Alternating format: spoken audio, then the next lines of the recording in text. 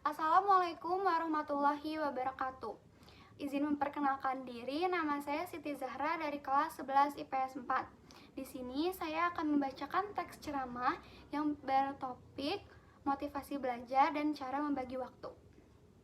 Selamat siang semuanya, salam sejahtera untuk kita semua. Sebelumnya, marilah kita panjatkan puji dan syukur kehadirat Allah Subhanahu wa Ta'ala, karena atas nikmat dan karunia-Nya kita dapat berkumpul di tempat yang berbahagia ini.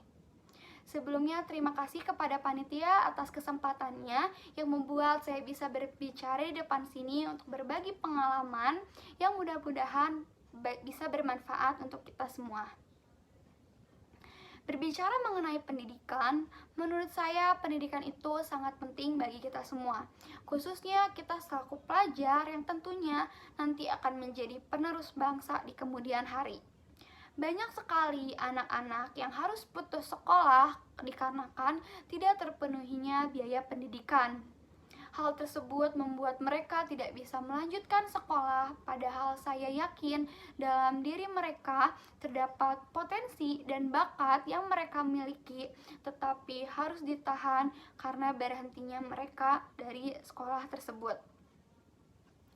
Nah, bagi yang masih bisa untuk sekolah dan bisa untuk mengikuti pembelajaran dengan baik, kalian harus bersyukur dan ayo kita bangun semangat belajar itu semua demi membangun prestasi anak bangsa.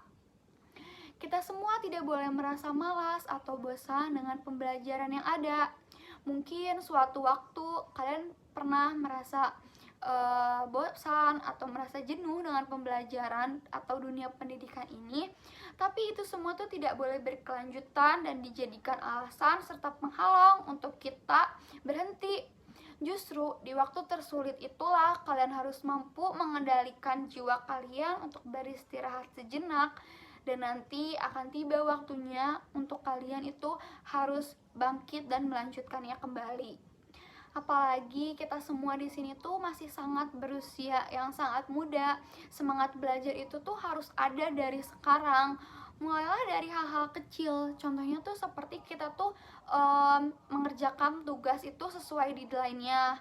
Nah, itu tuh tepat waktu tuh udah menunjukkan kalian tuh mempunyai kedisiplinan yang baik. Kalian juga nggak boleh menunda-nunda pekerjaan, dan nantinya tuh kalau ditunda-tunda terus itu tuh akan menjadi kesulitan untuk kita sendiri. Nah, untuk yang sekarang masuk dengan dunia SMA, pasti kalian punya mimpi untuk melanjutkan ke perguruan tinggi negeri favorit kalian.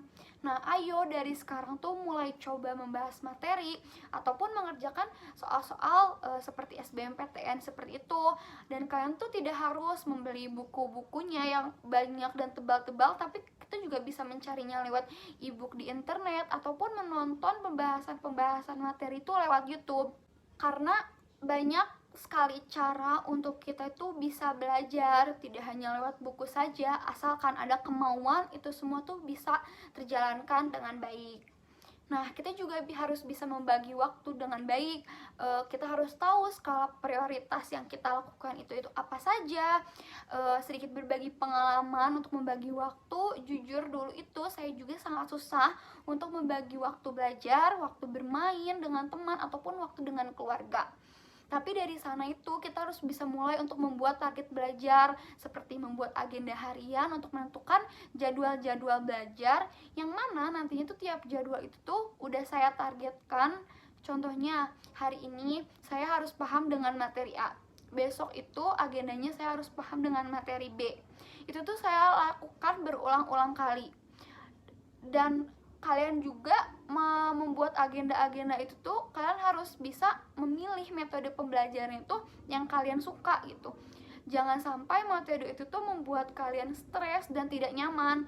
Pokoknya mulai dari menyusun agenda harian belajar kalian itu tuh buat semuanya itu terasa menyenangkan dan tidak membuat kalian tuh merasa terbebani.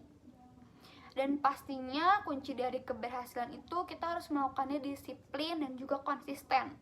Pastikan diri kita ini sudah disiplin dan konsisten dalam memenuhi agenda-agenda yang kalian buat itu. Jika sudah terbiasa, maka nanti tuh gak akan ada lagi anggapan atau rasa bahwa tugas sekolah itu menjadi beban. Kita tuh harus bisa yakin terhadap diri sendiri, berani memulai, dan jangan pernah merasa takut untuk gagal. Karena setiap usaha yang kita keluarkan dengan hati yang ikhlas pasti nantinya akan tergantikan di kemudian hari. Mungkin itu saja yang bisa saya sampaikan, kurang lebihnya mohon dimaafkan. Terima kasih atas waktunya. Wassalamualaikum warahmatullahi wabarakatuh.